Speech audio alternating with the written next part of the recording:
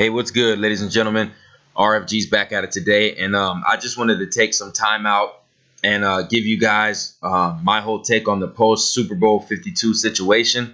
Like I already told you guys, my original picks for Super Bowl 52 were the Panthers defeating the red, white, and blue team, defeating the Buffalo Bills, and then it was the Carolina Panthers knocking off the New England Patriots in the Super Bowl. I had scenarios for both of these events.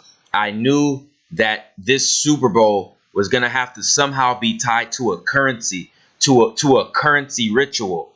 What I mean by that is by the red, white, and blue Bills going to the bank, going to the Super Bowl in U.S. Bank Stadium. That would be symbolic of the red, white, and blue dollar bills, okay, going to the U.S. Bank Stadium to fall, which would symbolize a dollar collapse in America, okay?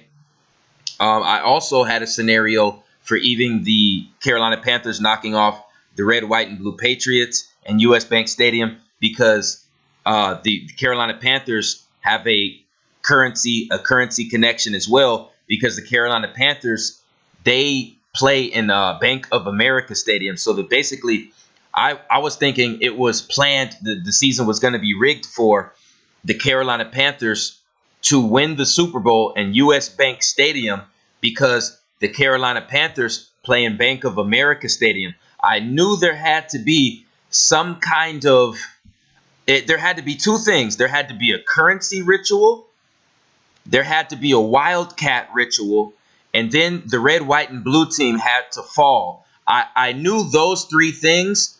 I actually posted a video, okay? I posted a video on November 29th, 2017. You can go look it up. This is the title of it, and I clearly stated Super Bowl 52 will result in a red, white, and blue team falling. I said the red, white, and blue team is going to fall, okay? And that is what happened, okay? It was actually a 3-5 ritual. Tom Brady and Belichick went 5-3 in Super Bowls on the 35th day of the year, okay? I also posted about that scenario on Instagram 3 months ago. Like 2 or 3 months ago. But yeah, this is just my post Super Bowl 52 synopsis and my whole take on it. They actually, they gave it to the Eagles, okay? They gave the Super Bowl win to the Eagles. The Eagles won. They won over the Patriots, okay? And what they're not telling you guys is, okay, the Eagles play in Lincoln Financial Field, okay? Let me repeat. The Philadelphia Eagles play in Lincoln Financial Field. That means they're tied, okay? They're tied to the U.S. Bank because their team and their organization is tied to an institution that's tied to the currency, that's tied to the American currency. You see? The Eagles, okay, they play in Lincoln Financial Field. And what's so significant about the Eagles? The Eagles are the green Eagles, the same green Eagles on the back of the dollar. You see? The same green Eagles on the back of the dollar, and they play in Lincoln Financial Field. And they went to U.S. Bank Stadium, okay, to make the Patriots fall, okay, to make the Patriots fall. The red, white, and blue team failed like I originally thought, and there was a team that was tied to the U.S. currency that ended up winning, okay? The Philadelphia Eagles play in Lincoln Financial Field, and they are the green Eagles, just like the green Eagles on the back of the U.S. dollar, okay? Also, in an earlier video I did, I stated that the Super Bowl was going to be connected to the World Series Game 7. Okay, I said there's going to have to be a 5-1 ritual. There's going to have to be a 5-1 ritual here. So if it was Panthers versus Bills, it would have been number 1 Cam Newton versus number 5 Tyrod Taylor. Or if it would have been Panthers over Patriots, the Panthers would have got there first. The Patriots would have stayed at 5. You see what I'm saying? Or if it would have been the Jaguars and the Vikings, okay, the Jaguars would have had their first Super Bowl appearance, and then the Vikings would have had their 5th Super Bowl appearance. It would have tied to a 1-5 ritual, just like Game 7 of the World Series. So this is what they did, ladies and gentlemen. They still carried it out. The Eagles got their first Super Bowl, and the Patriots were held to 5 Super Bowls. 1-5 connection, just like I stated. Okay, just like I stated, ladies and gentlemen. The Eagles went 1-2. The Eagles have a 1-2 Super Bowl record, just like the Panthers were supposed to. The Panthers were supposed to have a 1-2 Super Bowl record. Okay, so it really, you see how clearly you can see that the Eagles were their definite backup script for this season. Okay, because like I said, they play in Lincoln Financial Field right in front of our faces. And they're the green Eagles, the same green Eagles on the back of the goddamn dollar. You see what I'm saying? And then the motherfuckers went to US Bank Stadium, and they still had the 1-5 connection. Eagles getting their first Super Bowl. Patriots staying at 5 Super Bowls. 1-5 connection, just like the Game 7 of the fucking World Series. You see, I knew there had to be a connection. Also, this is another thing that I predicted that that came into fruition. I said that Super Bowl 52 was going to be one of the least viewed Super Bowls in history.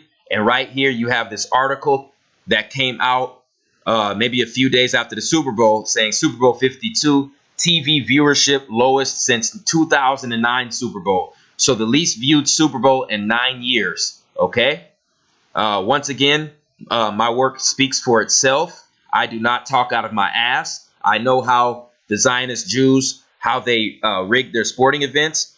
I know what number code they like to go off of, and I know what kind of esoteric symbolism they're going to try to use each sports year, okay? Because the NBA, the MLB, and the NFL, it all has to link up with one another.